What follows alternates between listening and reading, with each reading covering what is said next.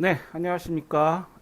국제거래법 제13주차 후반부가 되겠습니다. 13주차 후반부 강의를 시작하겠습니다. 그러니까 13주차 4회시, 5회시, 6회시차 분 녹화해서 업로드 하겠습니다. 네, 여러분 마지막 15주까지 열심히 힘내서 공부하시기 바랍니다. 자, 우리 지난 시간에 화한 신용장 그리고 이제 보증 신용장, 뭐 신용장에는 여러 종류가 있다고 그랬죠. 그래서 이제 상업 신용장, 화물에 의해서 담보된다 해서 화환이란 말이 붙었죠. 화환 신용장에 관해서 공부했고요. 여러 종류의 신용장을 받고 마지막으로 보증 신용장에 관해서 살펴봤습니다. 이번 시간에는 우리 교재 449페이지가 되겠습니다.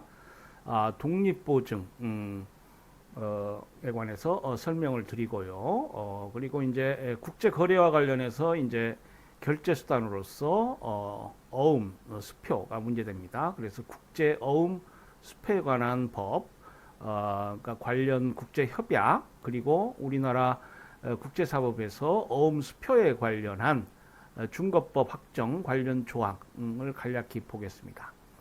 예, 그렇게 되면은 이제 우리 한 학기 국제거래법 실체법 부분을 살펴보는 게 되겠습니다.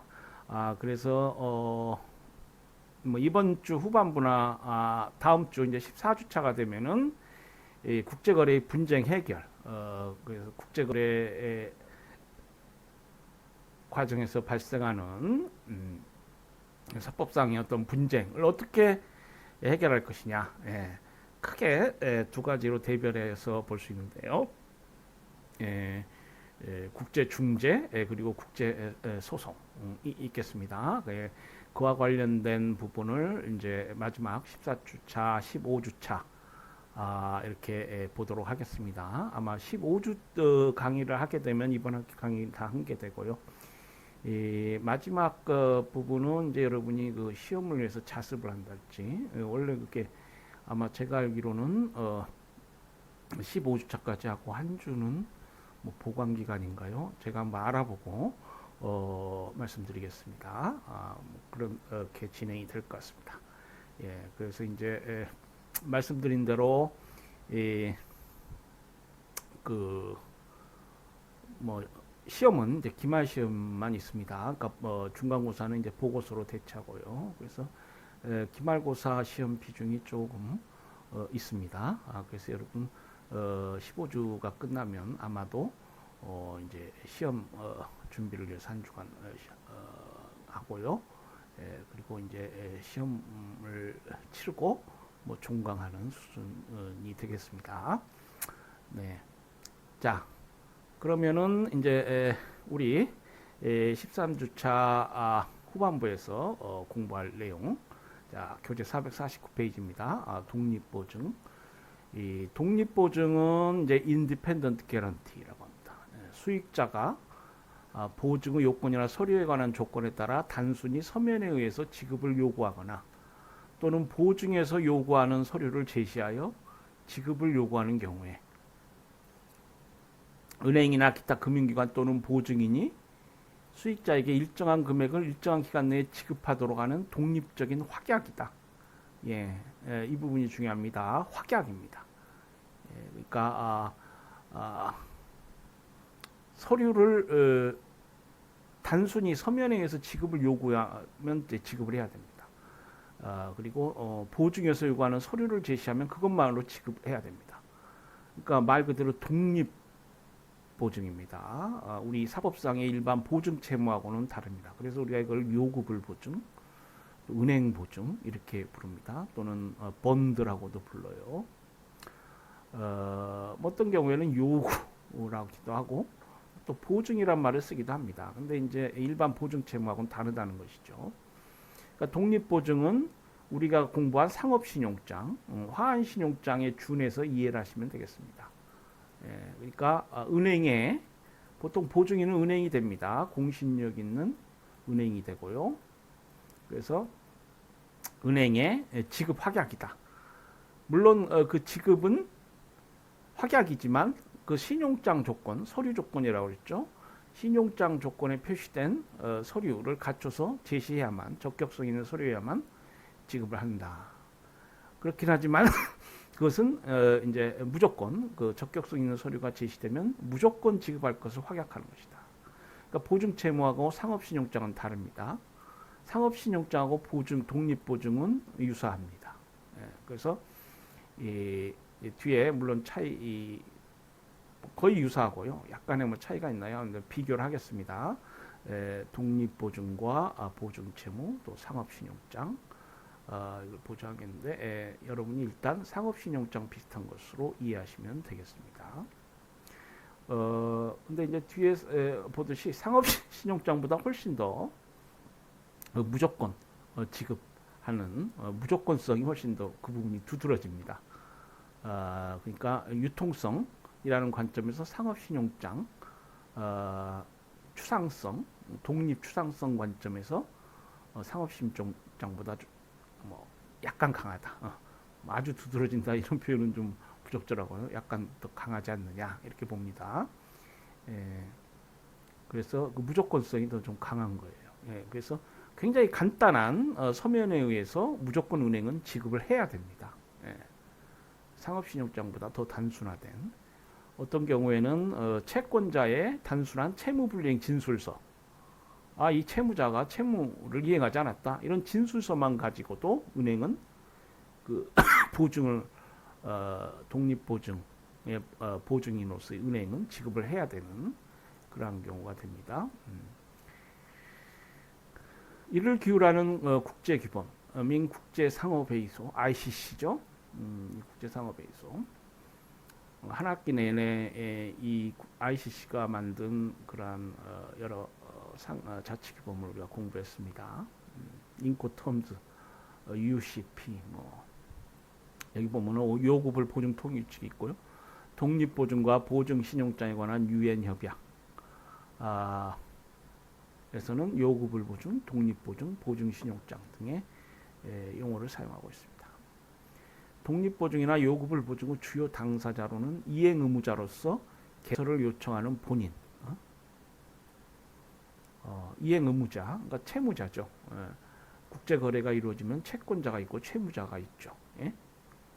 채권 채무 관계가 발생하잖아요. 거래라는 건 계약이고 계약 법에서는 이제 채권자 채무자가 있습니다. 그러니까 이행의무자는 채무자라고 볼 수 있는데 이 사람이 이제 개설을 요청합니다. 그러니까 채무를 내가 혹시 이행하지 못하면 그러니까 채권자가 이제 그걸 요구하겠죠. 자, 이걸 거래라고 계약을 체결했는데 이걸 제대로 이행하면 좋은데 네가 지금 물품 공급 계약을 체결했는데 물품을 제대로 공급할지 난 불안하다. 그러니까 은행 보증을 해라. 또 건설 공사 계약을 체결했는데 그 건설 공사를 제대로 할지 불안하다. 이게 잘못되면 큰 손해인데 그러니까 네가 은행 보증을 개설해야 되겠다. 뭐 이렇게 합의를 하겠죠. 그 이행의무자로서 개설을 요청하는 본인이 있고요. 프린서펄이라고 합니다. 이행의무자 또는 본인이 불이행하는 경우에 지급을 요구할 수 있는 수익자, 베니피셔리가 있고요. 그리고 이행의무자 요청에 하여 이건 채권자가 되겠죠. 이행의무자 요청에 하여 보증을 개설하고 그가 불이행하는 경우에 지급할 의무를 지는 보증인, 개런터가 있습니다. 보증인은 대부분 은행이 되겠죠. 그래서 독립보증은 은행보증이라고 지칭되기도 하고요. 은행보증, 요구불 보증. 요구불 보증은 왜 붙었느냐? 요구만 하면 무조건 지급한다 이 말이에요. 채무 불이행했다. 채권자가 그 스스로 그런 걸 진술서를 만들어가지고 공증해가지고 은행에 제출하면 무조건 지급해야 돼요. 그래서 요구불 보증이라고, 은행보증이라고 지칭해요. 이 독립보증은 은행만이 할 수 있는 건 물론 아닙니다. 실제로 은행의 금융기관도 독립보증을 개설하며 심지어 개인도 독립보증을 할 수 있습니다. 이 독립보증에 관한 유엔 협약이 있어요. 자, 국제거래가 이루어지는데 왜 독립보증이 필요하냐? 앞에도 나왔습니다만은 이제 국제거래에는 독립보증이 필요한 경우가 많이 있습니다. 자, 우리나라 기업 A가 미국의 기업 B로부터 물품을 구입하거나 또는 공장을 건설하는 걸 내용으로 하는 계약을 체결하고자 하는데 이들 간에 이전에 아무런 거래 관계가 없었다고 하면 아무런 거래 관계가 없었다고 하면 A는 이게 좀 잘렸네요. A는 B가 계약에 따라 그의 의무를 이행할 것을 확실히 하고자 할 것이고 나아가 이행의 확실성을 높임과 동시에 불이행의 경우에 대비한 일정한 담보를 원할 것이다. 그렇겠죠? A가 B 이행을 담보하는 방법은 B로부터 현금 예치, 캐시 디파짓, 현금 예치, 채무 불이행이 있으면은 이 예치된 현금으로 보상을 받겠다는 것이죠. 현금 예치를 요구하는 것을 생각할 수 있을 것이나 현금 예치는 상대방, 즉 이행 의무자에게 과도한 부담이 된다. 이 때문에 이행 보증의 수단으로서 현금 예치를 대체하는 방법으로 계약상 의무가 이행되지 않을 때 매수인이나 공사 발주자가 지급 요구만 하면 은행이 지급하는 의무를 부담하는 방법이 등장하게 되는데 이것이 독립보증이다. 그리고 이제 미국 같은 경우는 그 은행이 이 보증을 쓸 수 있느냐, 이게 법리상 가능하냐 이런 다툼이 있어서 스탠바이 RC 보증 신용장이만 이용된다고 그랬죠. 그래서 그러한 경우에 보증 신용장은 그대로 독립 보증하고 똑같은 제도가 됩니다. 독립보증은 현금 예치를 대신하는 것으로서 수익자에게 지급에 의한 신속한 구제를 제공할 수 있어야 하기 때문에 수익자의 단순한 서류의 제시로서 지급이 가능하도록 하였다. 그러므로 기본계약이 실제로 이행되었는지 여부에 상관없이 채무 불이행이 있었다 이렇게 진술하고 공증받아서 보증금을 받아갈 수 있어요. 그런 경우에 보증을 쓴 은행은 진짜 채무 불이행이 있었는지 이걸 조사한달지 이러면 안 됩니다. 우리 그 상업신용장 관련해서도 서류 거래의 원칙, 조사 의무도 형식적 심사, 서류 문면상 심사에 그쳐야 됩니다. 자꾸 자기가 안다고 실체적으로 들어가면은 이 상업신용장이나 이 독립보증의 어떤 유통성이라고 할까요? 기본적인 어떤 신뢰가 파괴될 수 있죠. 그러니까 기본계약이 실제로 이행되었는지 여부에 상관없이 또 수익자가 입은 실제 손해금액에 상관없이 실제 손해를 받느냐 이것도 문제가 안 됩니다. 필요한 서류만 제시하면 지급을 해야 돼요. 독립보증상 금액의 한도 내에서 지급의 요구가 있었다면 보증인은 반드시 지급해야 한다. 따라서 보증인의 지급 의무가 본인의 실제적인 불이행이 증명된 경우에만 발생하거나 보증인이 서류에 한 지급 요구 이외의 사항을 심사하여 지급하게 하거나 또는 지급액이 실제 손해금액에 한정되는 조건적인 또는 종된 보증은 모두 독립보증이 아니다. 그래서 이제 독립보증의 특질이라고 할까요? 이런 것들은 이제 독립보증의 정의에 반하게 되는 것이죠. 서류에 의한 지급 요구 이해 사항을 심사해서 지급한 그런 보증은 독립보증이라고 할 수 없습니다. 강학상 또 유엔 협약이랄지 아까 그 요구불 보증, ICC 요구불 보증 통일규칙 관련해서 거기에 해당하는 그러한 법규범 내에서 정의되는 그러한 독립보증, 요구불 보증할 수 없다는 것이죠. 자, 독립보증은 국제거래에서 이행을 담보하는 유용한 수단으로서 물품의 공급과 같은 계약상 의무 이행, 대출금 상환의 보장, 낙찰자에 의한 계약 체결의 담보, 그리고 상업신용장의 개설, 자금 착용자의 신용 강화 등 다양한 목적을 위하여 사용된다. 그렇죠? 물품의 공급과 같은 계약상 의무가 제대로 이행될지 불안하니까 은행 보증이 필요한 것이죠. 대출을 해줬는데 이게 제대로 상환될지 은행 보증을 요구합니다. 그리고 낙찰자, 낙찰자가 있는데 이 사람이 계약 체결을 할지 응할지 뭐 이렇게 불안할 수 있습니다. 그러니까 미리 경매를 하기 전에 낙찰이 됐으면 꼭 그 계약을 체결하겠다. 그걸 담보하는 그러한 은행 보증 제시해라. 뭐 이럴 수 있겠죠. 그러나 독립보증이 주로 이용되는 것은 건설계약과 같이 일정한 형태 이용을 내용으로 하는 계약에서이다. 예, 그 과거 우리 이 중동 건설 특수라고 여러분 들어보셨나요? 아마 여러분 태어나기 훨씬 전인데요. 70년대, 80년대 우리 한참 국가가 이제 경제 건설에 매진할 때 이 중동 건설 공사 붐이 또 일부분 기여를 하였죠. 그때 이 장기 건설 공사 계약을 체결하고요. 그러한 경우에 이제 독립보증이 요구되고 이와 관련해서 뭐 사기적 거래랄지 그런 판례들이 꽤 있습니다. 그래서 이 건설 계약에서 많이 이용되고요. 화환신용장, 즉 상업신용장이 매도인이 대금을 지급받는 것을 담보하게 한 것이라면 독립보증은 매도인이나 수급자가 이행을 하지 않거나 이행에 하자가 있는 경우에 매수인이나 발주자를 보호하기 위한 것이라고 할 수 있겠습니다. 자, 서울고등법원 판례를 보겠습니다. 2001년도 판례인데요.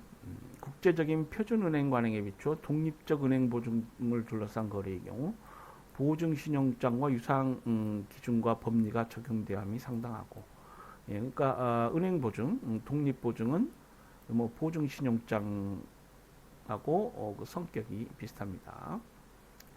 뭐 경제적 기능도 똑같고요. 위와 같은 은행 보증의 유형 중 간접 보증의 경우 뒤에 나옵니다만은 이제 은행 보증에는 직접 보증과 간접 보증이 있어요.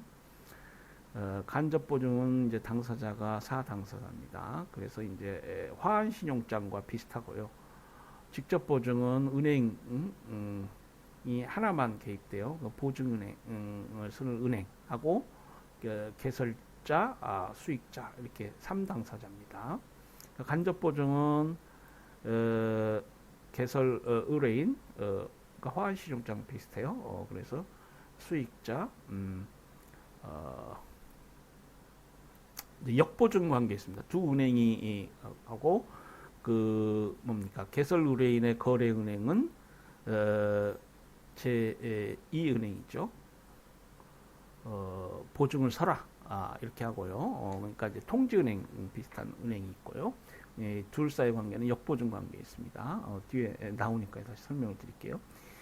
간접 보증의 경우 제1차 보증서 보증인이 제2차 보증서의 보증인에게 제1차 보증서상 수익자의 청구에 기하여 제2차 보증서의 보증금 지급 청구를 한 경우 제2차 보증서의 보증인으로서는 제1차 보증서의 보증인이 정하여 통보한 기간 또는 그 기간이 상당하지 아니했다면 국제적 은행 관행에 비추어 상당한 기간 내에 그 청구와 요건을 갖춰지는지 여부를 심사하여 만약 하자가 있고 그 하자가 치유될 수 있는 성질의 것이면 그 하자를 보완하도록 요구하고 보완이 불가능한 것이면 하자의 내용을 적시한 후 즉시 지급을 거절하는 통지를 하여야 할 것이고, 그러니까 제1은행하고 제2은행은 역보증 관계에 있습니다. 그러니까 제1은행이 지급을 했으면 이제 그 상환을 구하겠죠. 우리 화환신용장에서 지급 은행이 상환을 구하듯이 매입 은행이 상환을 구하듯이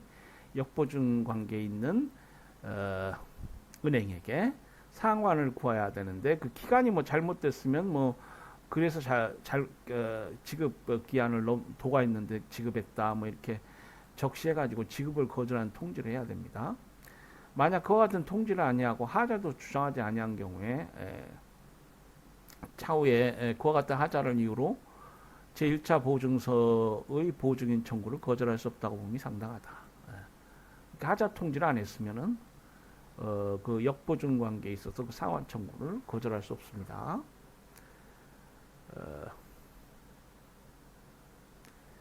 그래서 보면은 이제 은행 보증에 관한 통일 규칙 줄여서 URDG라 한다 뭐 이렇게 돼 있네요. 이에 관하여 규정하고 있지 않으나 제5차 신용장 통일 규칙 제14조는 신용장 개설행위 제시된 서류 불일치를 이유로 서류의 수리를 거절하는 경우에 지체 없이 제시인에게 그 불일치 사항을 통지하고 그래야 된다. 아니면 권리를 상실한다. 우리 이건 살펴본 바 있죠. 뭐 신용장 통일 규칙에는 이런 조항이 있습니다.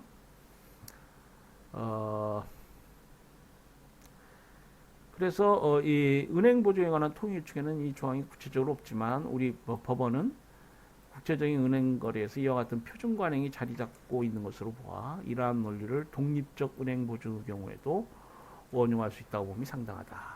이렇게 봤고요. 자, 독립적 은행 보증의 경우에도 신의 성실의 원칙, 권리남용 금지 원칙 적용까지 배제되는 것은 결코 아니라고 할 것이므로 수익자가 실제 있어서는 보증 의뢰인에게 아무런 권리를 가지고 있지 못함에도 불구하고 이와 같은 은행 보증의 추상성 내지 무인성을 악용하여 보증인에게 청구를 하는 것이 객관적으로 명백한 때에는 그 은행 보증 이제 화한 신용장과 유사한 그 독립 추상성이 있습니다. 그러니까 제가 언젠가 화폐나 뭐 어음에 비교했죠. 예, 문면상 형식적 심사만 하고 지급을 해야 됩니다. 뭐 구구한 실체적 사유를 들어서 반발할 수 없어요. 이의를 제기할 수 없습니다. 그렇다 하더라도 이게 완전히 사기적 거래라면은 이 신의 성실 원칙이나 권리남용 금지 원칙이 개입할 수 있다 이것이죠. 이런 권리남용의 경우에 해당하여 허용될 수 없는 것으로 이와 같은 경우에는 보증인으로서도 수익자의 청구에 따른 보증금의 지급을 거절할 수 있다고 보아야 할 것이고 이와 같은 보증 의뢰인과 보증인 사이의 은행 보증서의 발행을 위한 보증 의뢰 계약은 그 보증에 따른 사무 처리를 내용으로 하는 민법상의 위임 계약의 다름 아닌 것으로서 예, 화한 신용장, 상업 신용장을 생각해 보세요. 그때도 그 법적 성격은 위임 계약이라고 그랬죠. 그러니까 보증 사무, 은행 보증 사무를 처리하는 은행들은 은행 보증 사무를 처리하는 그런 수임인으로서의 이제 지위에 있게 됩니다. 선량한 관리자의 주의음을 다해야 돼요. 보증인은 그 수임인으로서 상대방인 보증 의뢰인의 당해 보증서에 관한 이익을 보호해야 할 의무를 부담하게 되고 따라서 보증인은 특히 수익자의 보증금 지급 청구가 권리남용임이 객관적으로 명백할 때에는 보증 의뢰인에 대한 관계에서 마땅히 그 지급을 거절해야 할 보증 의뢰 계약상의 의무를 부담하고 그 반면에 보증 의뢰인으로서도 보증인에 대하여 이와 같이 수익자의 청구와 권리남용이 명백하다는 것을 입증하여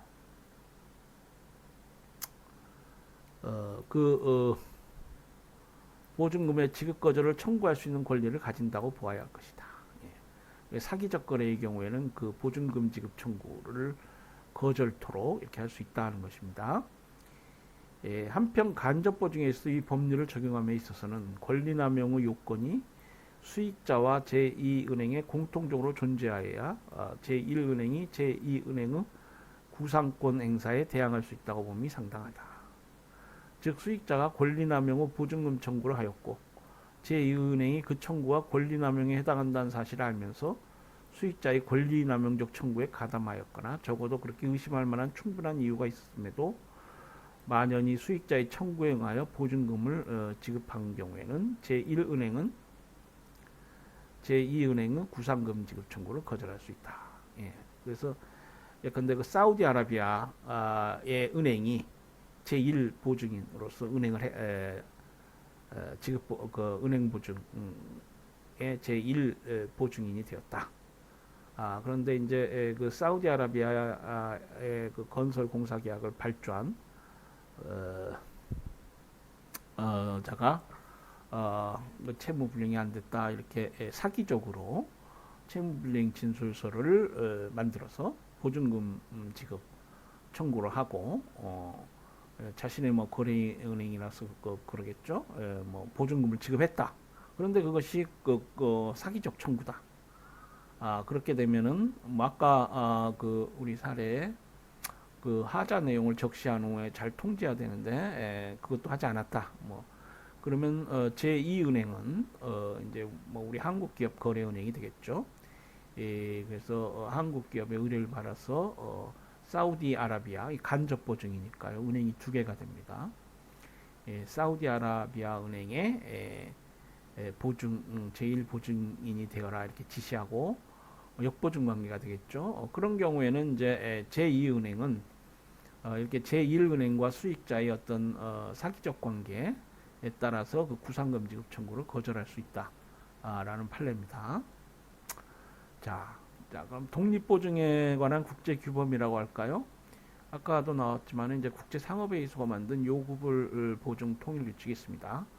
1992년 4월에 국제상업회의소는 요구불 보증 통일 규칙을 제정하였는데 이 통일 규칙은 1978년 계약 보증 통일 규칙이 소기 목적을 달성하지 못한 데 대한 반성으로서 요구불 보증에 관한 관행을 규범하는 취지에서 만들어졌다.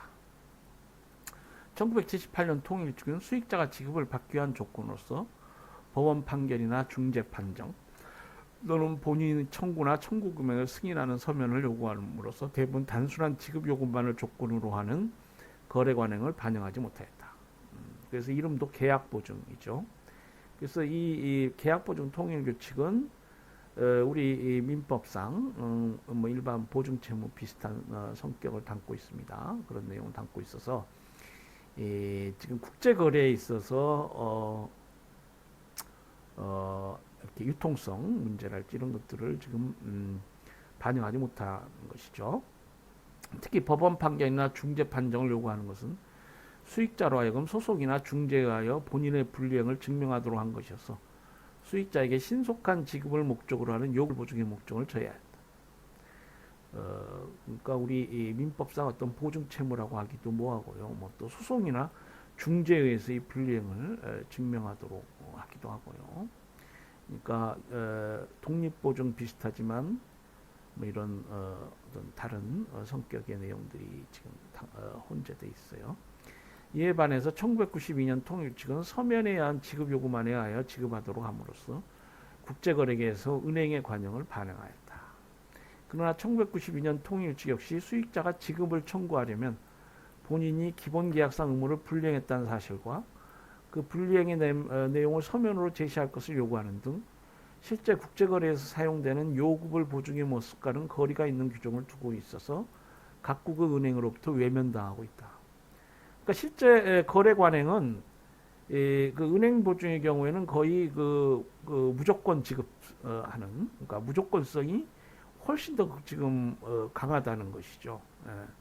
그래서 어떤 적시된 은행 보증금 지급 청구 조건으로 제시된 서류만 제시하면 무조건 지급되는 그러한 것인데 이 1992년 통일규칙 역시 좀 미흡한 면이 있다. 자, 그리고 이제 독립보증과 보증신용장에 관한 유엔 협약이 있습니다. 독립보증과 보증신용장은 그 뭡니까? 그 법적 성격이 비슷하다고 그랬죠. 그 형식만 다른데요. 그 같은 법리가 적용이 된다. 아까 판례에 나왔지만은 독립보증과 보증신용장에 관한 유엔 협약, 유엔 협약을 보면은 유엔 국제거래법위원회에 의하여 준비돼서 1995년 12월 10일에 유엔 총회에서 채택되었는데요. 운시트랄 우리 그 CRSG 국제 통일 매매법 협약 관련해서 이 운시트랄이 주도해서 만든 협약이었죠.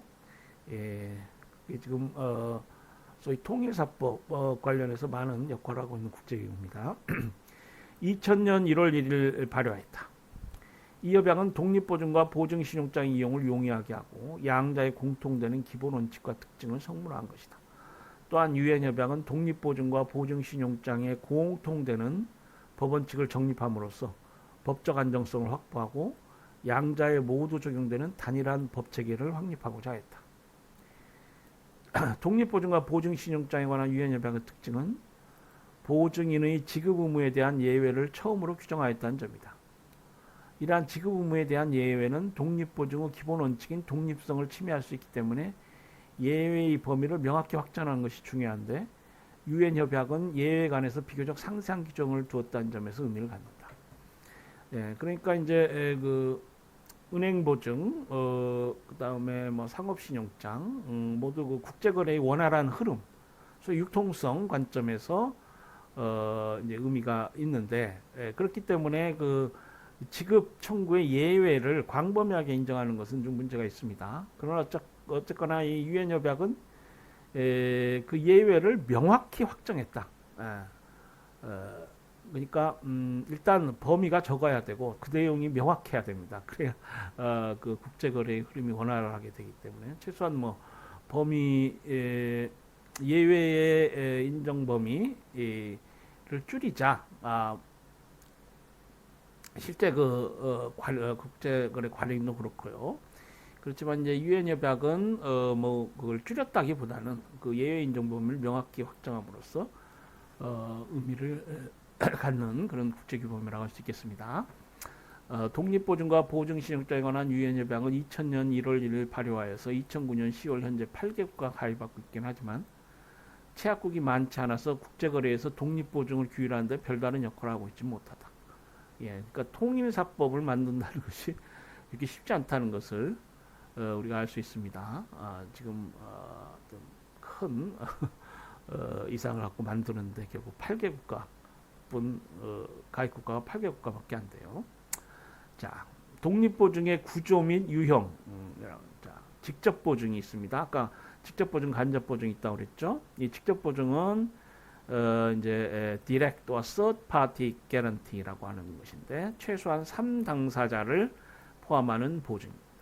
그러니까 본인, 개설 의뢰인, 프린스플이라고 하는 본인 또는 개설 의뢰인이 있어요. 보통 기본계약의 당사자인 매도인이나 수급자로서 이행을 요구되는 자입니다.